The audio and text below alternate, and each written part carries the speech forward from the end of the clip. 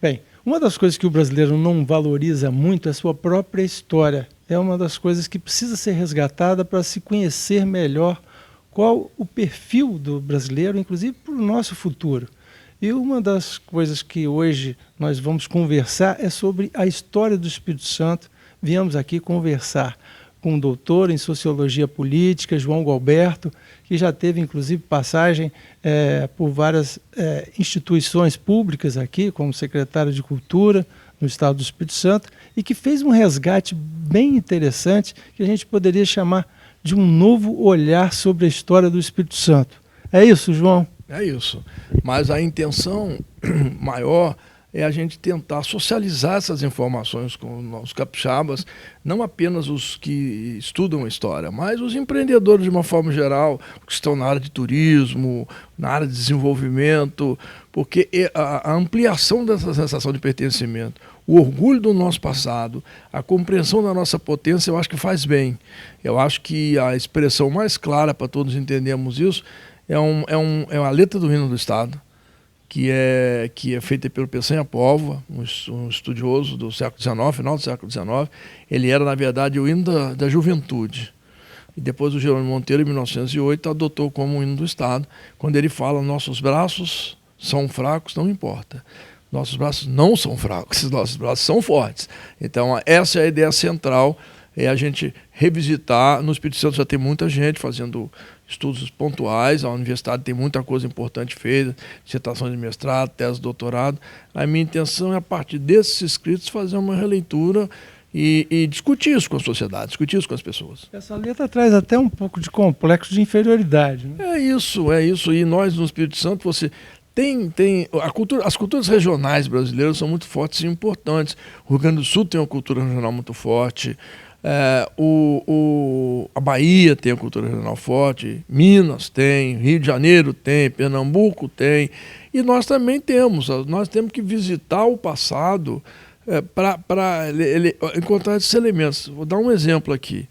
O Espírito Santo teve, no século XVI, com os jesuítas, as duas maiores fazendas do litoral brasileiro. Araçatiba, que tinha 2.000 cabeças de boi, isso lá na segunda metade do século XVI, 1560, 1570. Araçatiba, aqui em Viana, chegou no século XVIII, os jesuítas fizeram um canal no Rio Marim de 12 quilômetros para escoar a mercadoria.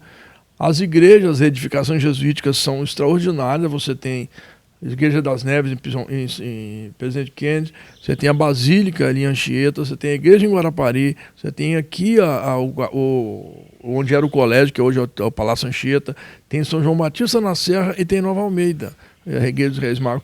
Como é que esse conjunto de edificações construídas nos 2 primeiros séculos da nossa história não é um sinal de potência? Sim. Proporcionalmente eram grandes empreendimentos.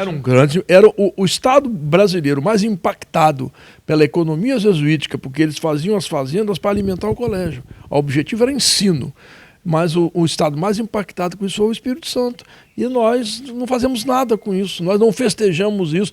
Nós temos um santo que construiu parte desse patrimônio, que é o São José de Anchieta. Acho que o único evento que comemora isso são os Passos de Anchieta, que é um evento vencedor de muitos anos. Nós precisamos repensar o nosso turismo cultural, nós precisamos repensar a nossa identidade e extrair dessa história, porque um outro elemento aqui, por exemplo, quando nós entramos para a cultura do café, no século XIX, metade do século XIX, nós fomos o terceiro maior estado para todo o Brasil. Então, assim, o Estado foi rasgado por ferrovias no final do século XIX ainda, a Ferrovia Sul do Espírito Santo, que começou com o Muniz Freire. Quer dizer, nós temos um projeto em torno do café que construiu o Porto de Vitória, que construiu as ferrovias, né, o Jerônimo Monteiro, o Florentino Avidos, todos esses sinais do café são sinais muito fortes, né? E mais recentemente, essa industrialização acelerada que tivemos a partir dos anos 70, Vale do Rio Doce, vou usar os nomes originais, né? Vale do Rio Doce, Aracruz, CST, Samarco, isso não é pouco. E esses empreendimentos se enraizaram no sistema empresarial capixaba, mostrando que nós temos um capital social, que nós temos uma cultura do trabalho, e tudo isso é extraordinário. Quer dizer, então, eu acho que nós temos que pensar o Espírito Santo a partir dessas ideias de força, é isso. Uma releitura da nossa história. Uma releitura da nossa história. Aí, aqueles que tiverem interesse, a gente vai continuar isso, vamos talvez escrever um livro, fazer um curso, então organizar esse pensamento para socializar.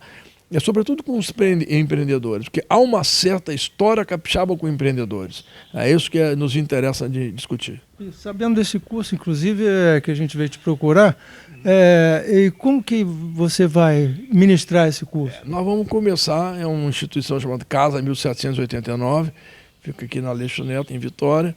Nós vamos, a partir do dia 24 de março, durante 5 semanas, 5 terças-feiras, de 7 às 9 da noite, nós vamos dividir a nossa história na sua fase colonial, depois a cultura do trabalho, depois a invenção do coronel, depois as memórias do desenvolvimento, para a gente olhar o nosso passado e reconstruí-lo com sinais de força. É isso. Ok, muito obrigado, João. Sucesso aí nesse trabalho. Obrigado, querido.